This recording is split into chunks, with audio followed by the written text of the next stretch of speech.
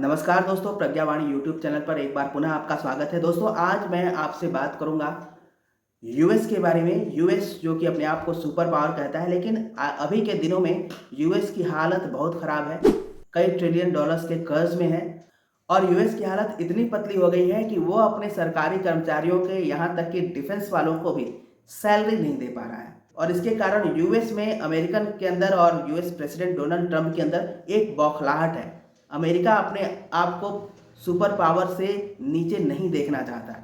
तो अभी अमेरिका के राष्ट्रपति डोनाल्ड ट्रंप की ये धमकी आप कह सकते हैं विश्व के लिए कि अमेरिका के पास परमाणु हथियारों का इतना बड़ा जखीरा है कि इससे ये दुनिया को 50 बार तबाह कर सकते हैं। तो ये जो है अमेरिका का जो बौखलाहट है, ये साफ दिख रहा है और ये अमेरिका कर भी सकता है। अगर हम अमेरिका के इतिहास को पीछे पलट कर देखें तो इसने तेल पे कब्जा करने के लिए या रेयर अर्थ मटेरियल्स पे कब्जा करने के लिए या दूसरे देशों के संसाधनों पर कब्जा करने के लिए, टेररिज्म को खत्म करने की आड़ में हमेशा से ये किसी न किसी देश से भिड़ता रहा है। अभी तो इसकी शाख दांव पे लगी है तो ये ऐसा कर सकता है। ये तो अमेरिका की बात हो गई। फिर आप नॉर्थ कोरिया जैसे मूर्खों के पास भी आज परमाणु हथियार है। पाकिस्तान भी अपने पास परमाणु हथियार होने का दावा करता है। रसिया ने भी अभी कुछ महीने पहले वो भी एटॉमिक हथियार से यूक्रेन पर हमला करने की चेतावनी दे चुका है। तो दोस्तों, अगर ये एटॉमिक वॉर हुआ तो क्या पृथ्वी बच पाएगी? आइए इसके बारे में हम समझते हैं। देखिए, सेकेंड वर्ल्ड वॉर जब हुआ और जापान काफ़ी प्रभावी हो गया था, तो अमेरिका ने उसके प्रभाव को खत्म करने के लिए 6 अगस्त और 9 अगस्त को हिरोशिमा और नागासाकी पर अटैक किया, जिसके कारण वो दोनों शहर बर्बाद हो गए। और आज भी वहाँ जो विकिरण निकलता है वो जानलेवा है और लोग वहाँ विकलांग पैदा होते हैं। तो प्रश्न ये है कि अभी अगर मान लीजिए कि थर्ड वर्ल्ड वॉर हो जाए या फिर एटॉमिक वॉर शुरू हो जाए, तो अमेरिका के पास इतना जखीरा है कि 50 बार देशों को वो समाप्त कर सकता है, पूरे विश्व को समाप्त कर सकता है।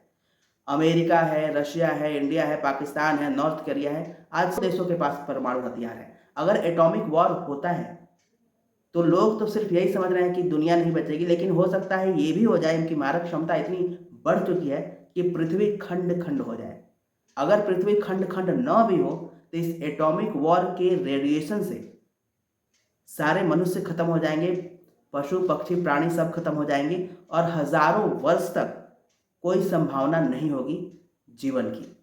तो आइए इस वीडियो में हम आगे बात करेंगे। मशहूर भविष्यवक्ताओं के अनुसार क्या ये समय प्रलय का है? जैसे और भी एस्ट्रोलॉजी में आपने देखा होगा, कोई बोल रहा है 2028 में प्रलय होगा, कोई बोल रहे हैं कि 2030 तक प्रलय आ जाएगा।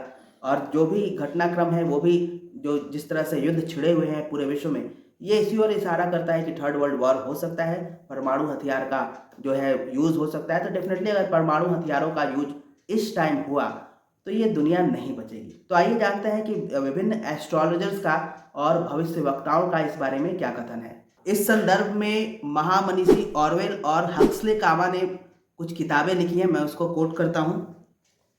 ब्रेव न्यू वर्ल्ड और इसी तरह की एक किताब है दी थर्ड वेव और एक किताब है दी टर्निंग पॉइंट।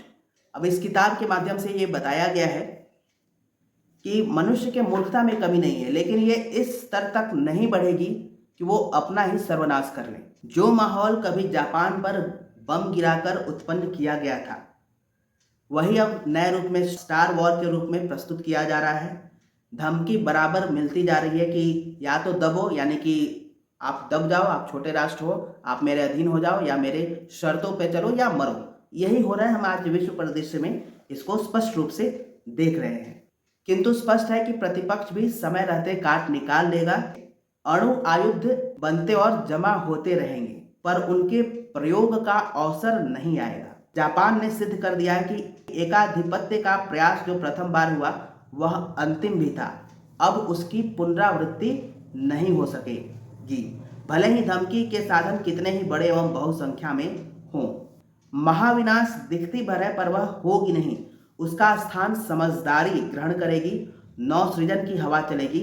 यह सृजन कृत्य धीमी चाल से चल सकता है, पर सबके लिए ये बढ़िया होगा, सफल होगा। आने वाला युग समता का होगा, संपन्नता का होगा। संपन्नता और प्रभुता का उन्माद समय रहते उतर जाएगा और प्रयास वे चलेंगे जिनमें कहीं भी विषमता, विलगता आदि न रहे। तो इन महामनुष्यों का एक तरह से भविष्यवाणी ये है कि जैसे हमने देखा भी कि रसिया ने भी कितनी बार यूक्रेन के खिलाफ जो है एटॉमिक वॉर करने की धमकी दी, राइट। इसके बाद कितनी बार ये धमकी देता रहता है, नॉर्थ कोरिया भी धमकी देता रहता है, पाकिस्तान भी धमकी देता रहता है। लेकिन जो ऋषि सत्ताएं हिमालय में हैं वो अणु युद्ध फिर से शुरू होने की नौबत नहीं आने देंगी। हालांकि मनुष्य मूर्ख है, वो ऐसा कर सकता है, लेकिन इस पर ऋषि सत्ताओं का कंट्रोल है। और कैसे कंट्रोल है, आने वाले वीडियो आप देखते रहें, उसमें आपको पता चलेगा। अभी तो मैं आपको इस वीडियो के माध्यम से सिर्फ ये आश्वस्त करना चाहता हूँ, जैसे बहुत सारे भविष्यवेता, एस्ट्रोलॉजर्स, यहाँ की वैज्ञानिक और आज की स्थिति को अगर देखें तो थर्ड वर्ल्ड वॉर के बारे में बात हो रही है और ये भी हो भी सकती है। लेकिन अभी ये समय खंड प्रलय का है, या कि छोटे मोटे घटनाएं, युद्ध वगैरह होते रहेंगे, लेकिन विश्व युद्ध का ये समय नहीं है, क्योंकि अगर थर्ड वर्ल्ड वॉर हुआ तो दुनिया बचेगी ही नहीं। इसलिए मैं आपसे गुजारिश करता हूं कि डरे नहीं, सिर्फ अच्छे इंसान बनने का प्रयास करें। आने वाला युग प्रज्ञा युग है, आने वाला युग सतयुग है, आने वाला युग भारत का है, आने वाला युग सनातन का है। जय सनातन, जय हिंद।